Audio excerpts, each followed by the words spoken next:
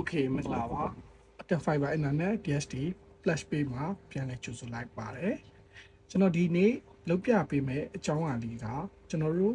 Wi-Fi နေပေါ့နော်တက်ဆင်ထားပြီးတော့ကျွန်တော်တို့ speed ဘယ်လိုစစ်ကမလဲမြန်နှုန်းကိုကျွန်တော်တို့ဘယ်လိုစစ်ကမလဲဆိုတာလေးကိုလုပ်ပြပေးမှာဖြစ်ပါတယ်ကျွန်တော်လည်းတစ်ချက်လောက်လိုက်ကြည့်လိုက်အောင်ပါအရင်ဆုံးကျွန်တော်တို့က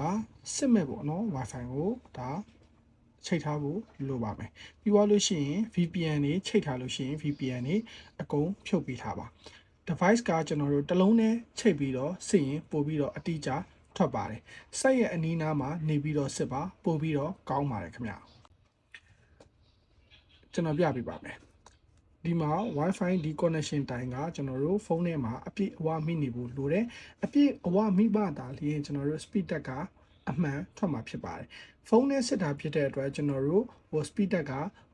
အကွာဝေးသည်နီးဖို့လဲလိုသလိုအပြည့်အဝမိဖို့လဲလိုအပ်ပါတယ်เนาะအဲ့တော့ကျွန်တော်ပြပေးပါမယ်ဘယ်လိုသွားမလဲကျွန်တော်တို့ဒါလေးကိုထွက်လိုက်ပါပြီးသွားလို့ရှိရင် Google ထဲဝင်လိုက်ပါပြီးရင် fast.com ဆိုတာရှိပါတယ်အဲ့လိုနှိပ်လိုက်ပါအဲ့ဒါလေးနှိပ်သွားလို့ရှိရင်ဒီကောင်က VPN ခံကြရမလို့ speed တက်အမှန်ထွက်ပါတယ်အဲ့ဒါဆိုရင်ကျွန်တော်တို့ဒီလိုလေးနှိပ်လိုက်ပါ